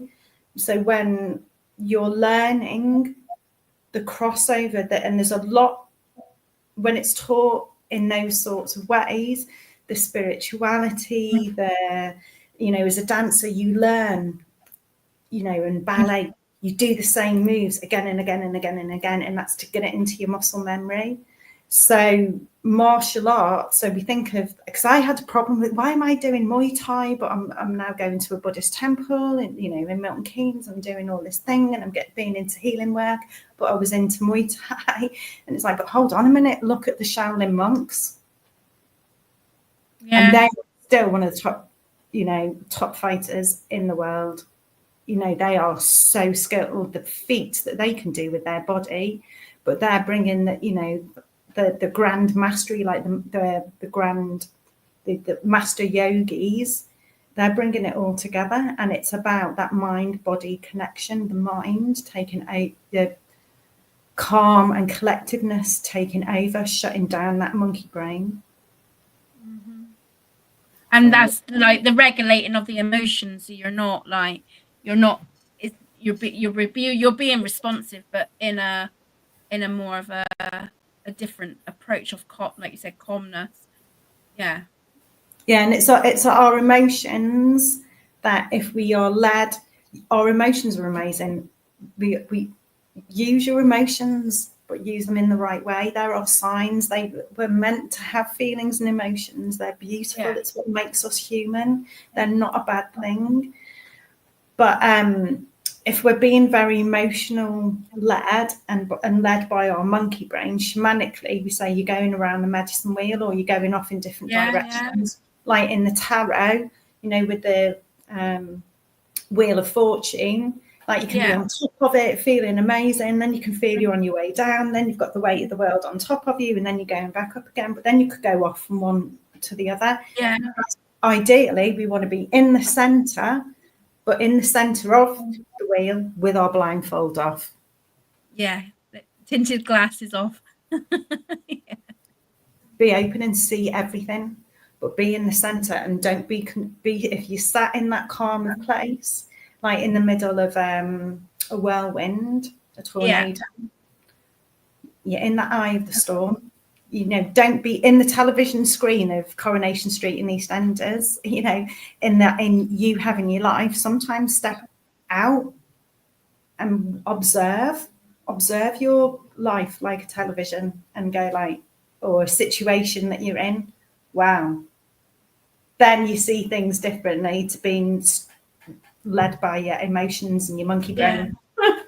I think the practice is know yourself first. Once you know yourself, you will begin to understand others. That's my motto. Like, because you're like, and you're not so reactive then, of those things. So we're looking at shamanic practice here. Sorry, shamanic things. It's got like what we've got here, attachment removals. Now you've got entity attachment removals and attachment removals. What's that all about? What can you elaborate on that a little bit for us? Yeah, so because we have that psychically as well. So like when I was saying, when I started having that migraine thing going, the visual auras, or the cut marks, those sorts of things. So one of the signs that we're having attachments can be if you get like cluster headaches, or you feel like stabbing, like a stabbing sword pain, knife pain going into joints, tips of your fingers, tips of your toes, knees. So any of those places, when you feel like these sharp stabbing pains, that can be a sign that you've got an attachment. And some of them can be a bit like parasites. So mistletoe is a parasite on a tree that will just sap the energy. It doesn't do anything other than draw energy. And so sometimes it can be that our energy is low, or so if our field is weak, something can just come in and drain our energy. Sometimes it can be because if we're having like lots of negative thoughts, or we're in a lot of fear. So an incubus, for example, will come through when we're in fear state. And so it's like little chinks in our armor. Sometimes you can feel, so say like if you can feel, sometimes it feels like something's moving on you, but there's nothing there. That could be a sign that there's an entity on you. Like that cobweb feeling. It's like, I got a cobweb there. I know. But I mean, sometimes things like that can be other things. It can just be a spirit coming through. Or say, like, if you get, like, for me, if I get a really itchy head, like top of my head, that's because something's coming in through my crown, usually that'll be a guide that's coming in, and I'm like, oh, am I getting it? Oh, it's like, now I know, it's just like that's that. But sometimes if these attachments are with people for some time, it could be draining their energy. They can be feeling pain, or it can be pain that's moving around. And they're just using energy, basically. Like leeches, basically, in a Yeah. dry. Yeah. It's not very often that they're horrible. I don't know to say some of the words, but some of the horrible things. But sometimes it can be they're coming through to give us a lesson or a learning, or want us to know something. So this is where finding out what that is about first. But if somebody has like a lot of bad things happening around them, then there's more to it. Right. Okay, that's interesting to know. That's it. And how do you sort of like it? So do you sort of, how do you do like a Reiki to do the detachment? Because you've got the chakra ray thing for that's protection, and the chakra ray. But do you do a combination of thing, or is it just like a shamanic practices that you do? So you can, so on some mediumship training that I was on, you feel what you can feel, like you do when you feel in someone's aura, feeling their chakra, or whatever. So you come out and come in and feel where it is, and then like you literally pull in. So you're saying, in your mind, you've got your intention, because everything's intention. So you pull in, and you can, because you can feel, but you have to pull it off you as well, clean it off you, and feel. And because they can grab underneath, they can be like finger type things, like tentacles coming out and whatever. Sometimes you have to be quite pull. But if that doesn't work, and you can test it as well. So I've got a lovely singing bowl that I actually bought with a feng shui kit. It was my first singing bowl, and I love it, and I use it in my healings and stuff. She will sing. I'll use her at house clearings and stuff like that, because she shows me if there's an energy blocked, because she won't sing. I have to really work her to get her to sing. Then that way I know there's something going on. So it could be someone's, something in someone's aura, could be their chakra that's not whatever, like you would do with pendulum. Show me yes, show me no, show me blocked, whatever. So you can use those different things as well to test. There's some, I'll say, nuts, this like shaky thing that's like quite aggressive actually when they don't like it. The things like this don't like being spotted either, and recognized. But you can shock them as well. So there's some shaky type things that we can use that you can, like, you just shake quite aggressively. They don't like it, and it can fall when anything falls off or breaks when you're doing any of that sort of work. That's taken some of the spirit off. Right. Okay. Taking the person out to a tree. Obviously, ask the tree first if it's okay with you doing that, to transmute it, or to the earth or whatever. So there's different ways of working, because sometimes they can be quite tricky. Sometimes people can be calling it in with their thoughts because they don't realise that's what they're doing. Because again, if they're feeding off on negative thoughts, so it's sometimes, so it's there's different ways of working. Each one's different. I don't use the egg thing, but I've heard some people use eggs. Oh, I've heard of that. Yeah, breaking an egg into water. One of the things we do we do it at home sometimes if something's happening in the night at home. We want to get rid. You can put sort of a white vessel, so like a little white cup or something. You only use, or white bottle. You only use it for that. Then you don't use it for anything. Yeah. Fill it with soil. 7 nights in the far left-hand corner, and then you empty it either out the window or out into the back garden.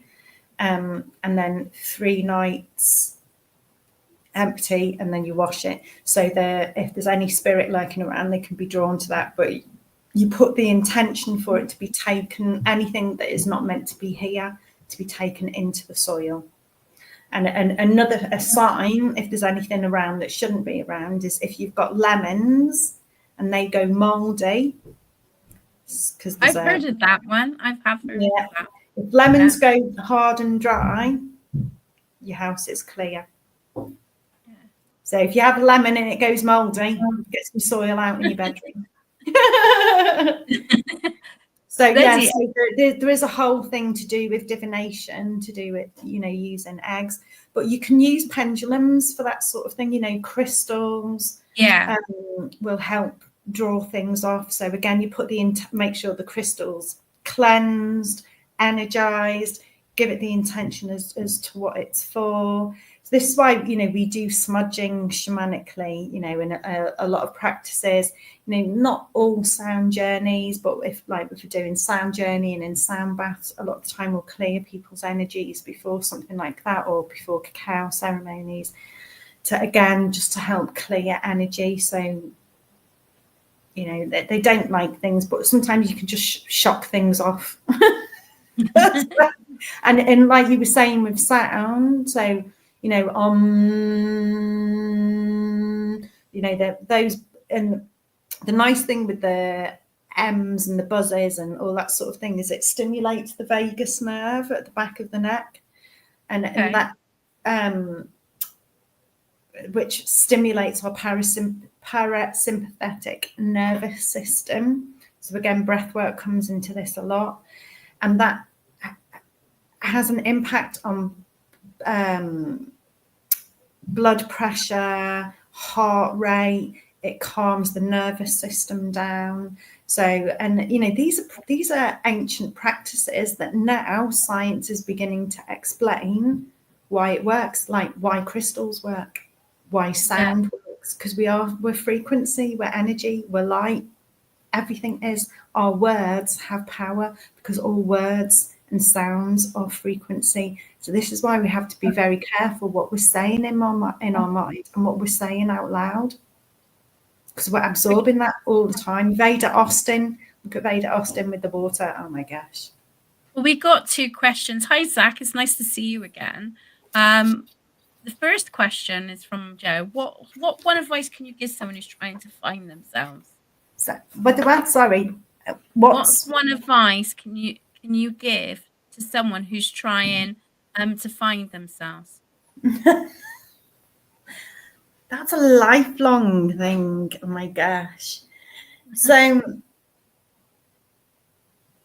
what'll be the top 2 tips? Step one, sit with yourself. Stop listening to other people. If you listen, and this is where meditation comes in, because with meditation, I can't meditate because I'm thinking all the time. Yeah. But what we're doing is we're becoming aware of our thoughts. So before being able to quieten it down, we begin to have an awareness. So when some of these not very nice thoughts are coming in, that's our subconscious bringing us what we need to hear. And then, okay, where's that coming from? What does that mean? When did it start? Because I know that's not true. And so these things that where we're being detrimental to ourselves, this is, as I say, the gift of depression. Yeah. Don't be afraid of it. We're taught to be afraid of it, because when we're not addressing it, when we're spiritually bypassing, and we're not focusing on it, and it's not focusing to be in the bottom of the well with the light up there and I can't get out. Go in. What am I feeling? Why am I feeling this? What is happening around me? What am I not happy with around me? Why am I not happy in me? So it's the journal prompts again, and it's the journaling, which Joe does do. You know, it takes practice as well, doesn't it? I mean, I'm still. All our answers are inside us. All our answers. But this is it. If we keep distracting us, I need to go to yoga. I need to go to meditation. I need to go to this group. Oh, this person's teaching that. we're looking for answers. I'll go to a medium. Break it You down. know it, you're going to feel it. You know if something's right. You know if something's wrong. Take that awareness into yourself. Trust yourself. I can't trust myself because everything's gone wrong. Yeah, everything's gone wrong because you're not listening to yourself properly. Hides in shame. No. Pardon? I hides in shame here. No, yeah. Oh, no, I know. I mean, you know, at the end of the day, if I was if I was an enlightened being, I wouldn't be here. I'm still on the learning path as well. So yeah, I think it's one of those that you don't stop learning, do you? no. Everything, everything here. Zach wants to know any advice for rooting out OCD at sources, tools, and tricks. Thank you. So a lot of so I'm not necessarily an expert on OCD, and again, it can manifest for different reasons and at different times for different reasons. So sometimes it's looking at, okay, when did it first happen? What was going on in my life? What was the trigger? Is it something that, say, like, oh, well, I was 21 and this happened. Okay, cut that, divide that by half. So when I was 20, what happened when I was 10? What happened when I was 5? So sometimes things can come back. Those of us that are, a lot of OCD can be, because we can each tap into different types of traits for different reasons, as I said, at different times. So I know, for me being able to remember things or to do I have to put things in certain places, or I'm quite, as you can probably gather, my mind just does that. I'm a butterfly brain. It can go into chaos, so it can be difficult for me to organize, to stay on track. So if I have to remember things, I have a very specific way. When I was in the NHS, in my diary, I would have like keys and symbols, and I'd have to write things in particular ways, so I would get everything done at the right time, in the right place, in the right order, all that sort of thing. When our anxiety levels raise, we can go into more of those tendencies to have some control over things. So these patterns that we have, sometimes the patterns themselves aren't the bad thing. Like, some people will have OCD, somebody else will be going off and smoking spliffs, someone else will be using alcohol, somebody else will be eating a pack of biscuits that I was saying about. Yeah. So they're all just different elements of.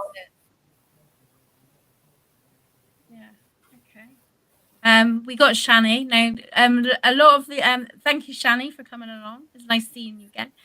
These are my regulars that usually comes onto the other live, so it's nice to see them all and mixing as well. It's great. I think it's fab. You can, guys, you in the description box, you can follow Louise, and she's got like some great content out there, and she's got, I've got the website up at the moment, that's showing. So we're going to look at where are you? Here we go. Events. Here we go. We're going to upcoming events that you're going to be doing. Obviously, we're doing that now. So if you are like on the local, aspects, which is, you're what you're doing there, psychic medium readings and tarot body, what's that, psychometry? So Psychometry, yeah. So you could, you do workshops and stuff like that, don't you? Weekends away and stuff as well, don't you? Yeah, so a couple of weekends ago at my friend's New Year, so I led a cacao ceremony and into some meditation, connecting with nature and stuff, and a local Native American flute maker. He then led a flute workshop, and then people were buying flutes and stuff. what you've got there, the vision quest into the elements. So that's Paul, New and Psychic Studies, my boyfriend, and our friend Camilla Cobb from Living Wisdom. And oh my gosh, it's going to be amazing. So Paul's been our shamanic mentor. Millie comes in with some of the similar healing modalities to myself. She does massage and things and reflexology. She's also trained in NLP and hypnotherapy. Obviously, I come in with the breath and the yoga side and all the other elements as well. So, and it's going to be full on. It's like, oh wow, and people shouldn't be put off. So there might be, like, I think where we're going, where the waterfall is, for example, it might be a bit difficult for some people to get to. So we'll end up doing, so when we're going to the element of water there, so then we can adapt and do something where the accommodation is, and go into water ceremony and connecting with water there. And because my idea was, like, if people can't go to the water's edge, we can then get the water that they have in their ceremony there, and then we can take that up to the hill that we go to when we go to connect there. And my gosh. Because I mean, that has always been my biggest fear, because of the spoon malarkey that I've got. Is like the weekends away, it can take it out of me just doing a day, let alone a weekend. So it's great to know that you've accustomed that to people that do struggle with their health as well, so they can still take part. You've got here a rebirth through the elements, a 7-day retreat. That sounds amazing. Yeah. So it's sort of expanded a little bit more on the Welsh one. And because shamanic journeying, if people don't know, is so you go, the drum is what the beat of the drum takes you into that meditative point in your mind, but it's not like just so that sort of meditation. The idea is, like we were talking before about neuroplasticity and the pathways, so the neural pathways in your mind. So we get stuck in our neural pathways. And so this thing that, like, oh, I'm sick and tired of being sick and tired because I keep doing the same thing over and over and over again, and the patterns keep repeating. It's because we've got stuck. Right, okay. So with the shamanic journeying, what happens is we go into that, a bit of like an altered state, so the brainwave patterns change. The drum helps with that, and it's like a waking dream, basically. So people go, oh, it's all my imagination. Yeah, well, everything you're perceiving in the outside world, everything you're thinking is coming from you. It is all in your head. It's like the universal, like, law aspect, is it? It's like, yeah. So, but with shamanic journey, so so if you go through water, for example, and it's all nice and clear, that's showing that you're going through some healed emotions. If you're having to drudge through really thick, sticky water or it's really dark, then that's showing that you're having to work. It's working you through some shadow aspects. If there's like a wall, for example, you're in a waking dream. So anything can happen. So if there's a wall in the way that you need to get past, what can you do to get rid of a wall? If you could do anything. Sometimes when you've got the invisible wall, you don't realise, do you, of the blocks. You're talking about that. You could go and make it invisible. You could go under the wall. You could just visualise it crumbling. So, and a wall can represent a barrier. So in that part of the mind, we've got a barrier. But what happens is, as we work through, we're clearing it, and we're clearing those pathways and creating new ones and creating new ways of thinking.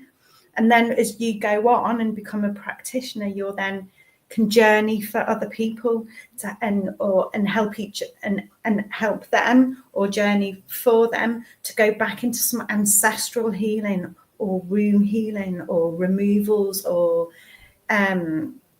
healing relationships and all sorts. It's like, and in the true essence, so this is where the shamanic practices come in, fitting in alongside everyone else, because there's a psychic and a medium. So if you were just meditating, there's meditation, but then when you're talking about spirits and guides and things coming in and sensing things, and you're seeing different things, you're then using, you know, like the spirits of the animals, the spirit of earth, the spirit of water.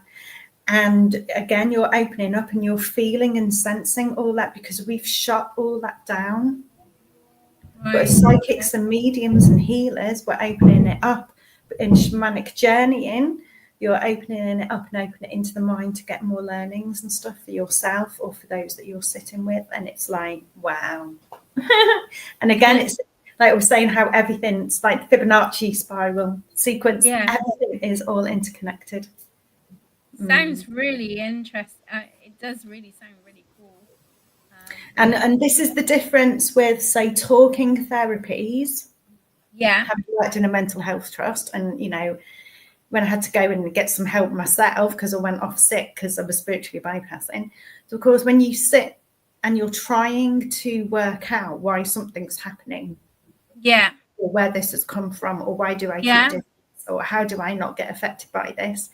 Shamanic journeying puts that out the window, because you're in a waking dream.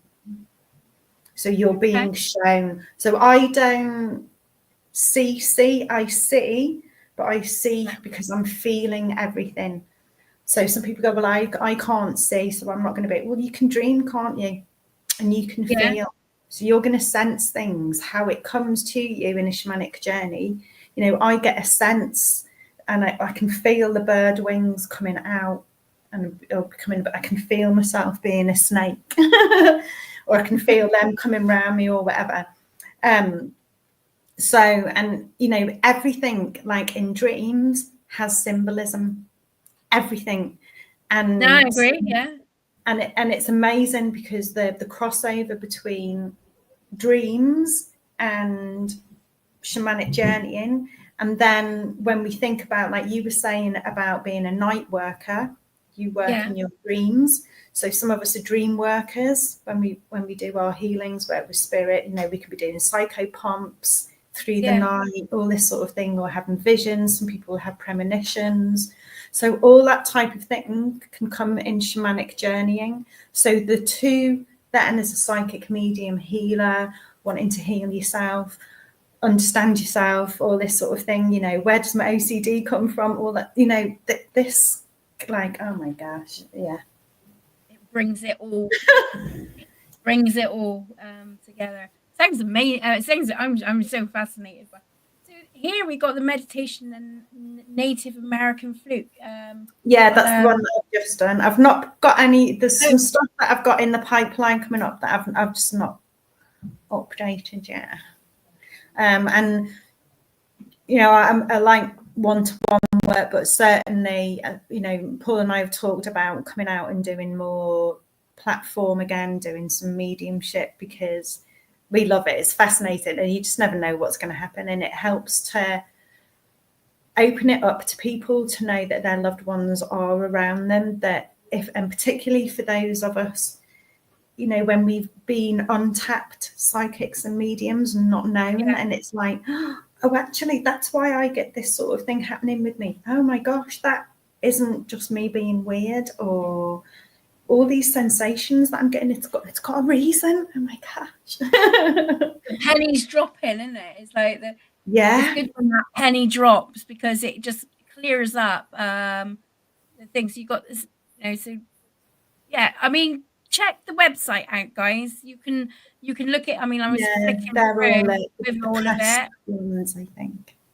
Yeah, so just like check it out, because you've got testaments that's coming there, how to contact you. I mean, do you do tarot readings and some healing through Zoom or anything like that, or do you like it face to face? Yeah, I can do Zoom. Like shamanically, we can do Zoom stuff as well. We can do house clearings as well.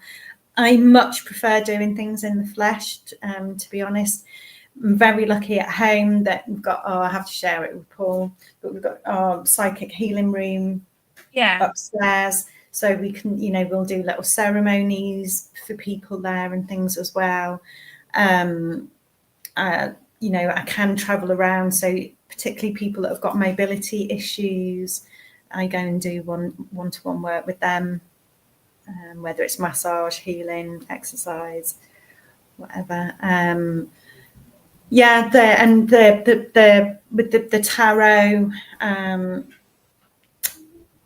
I'm not one for should I be with my boyfriend or not? Am I going to find love? Should I buy everything on the outside world is a reflection of what's going on inside us. Mm-hmm. So when I do readings, it's very much on you, on your life journey now. That's how I read the cards, because that's who I am as a person. I'm about where we are on our journey. What do we need to know? What do we, what's our healing? What's the lesson to learn? What's our focus? What can we put our focus in? Yeah, because when I was an employment advisor and wellbeing navigator in the NHS, and when we think of our circle of influence, there's always more than one thing. So you're saying about your partner, but what's going on with your partner is potentially also happening in some way in work. And why is all that happening? It's because of what you're saying and doing in yourself, or not saying and doing in yourself. So I work more that way. But then if I've got spirit or guides coming through, then obviously I'll go out into that. I could just do one card, or not do the cards at all because someone's coming in straight away, and just go with what they're giving me. And wherever you feel guided. What people don't want to hear, but I'm sorry, I'm not here to appease. So if you don't want the message, don't contact. But if you want deep messages, I'm becoming more and more comfortable with being honest, because I've always been one where I'm afraid to upset people. Yeah, same. Yeah. And I don't want to hurt people, but we're hurting ourselves. We can hurt ourselves for years and years and years. And sometimes we need to be honest. And this is where, when spirit comes through really strong, they are coming in with a bitch slap, and I have to give it like that, because they are saying, particularly when it's a loved one that's passed away, and they're seeing their wife or their husband being depressed and crying and doing this to themselves, and they're like, or blaming themselves. I had a guy the other week, and he came round for a reading. It was so funny. And I was like, so I could feel my heart, but it was like, I can't remember what I felt. And then it was lower down, and it was like, ow, that really, it was like in the solar plexus. I was like, oh. So I described, it feels like it's going out into my back. So I was like, okay, step back. This is like getting really harsh now. And this guy was sat in front of me, just grey rocking me, completely grey rocking me, and just like, I was like, oh. And like spirits, like the whole time, it's like clutching straws. Yeah. And then I've had those experiences. Yeah, the person you're sitting for has to accept something. They don't have to give you information, but go, that. Otherwise, they'll just go on to something else. So then I'm like, okay. Then I was like, it feels like, and I'm looking at the floor, and I'm like, okay, it feels like my heart's being connected to the floor for some reason. So I'm like, I've got to get on the floor, because I'm clairsentient. I've got to go with what I feel. Get on the floor, and I'm crouched on the floor, knees out, and I'm like waiting for them to give me the next sign. And I'm like, okay, I'm not feeling like I'm needing to dig. I'm not feeling like I have to go for. I'm not getting a feeling to do anything other than just be in that position. And it just came to my head, why am I feeling like a frog? And the guy's like, Anyway, got back on my seat. He'd given me a ring, I think it was.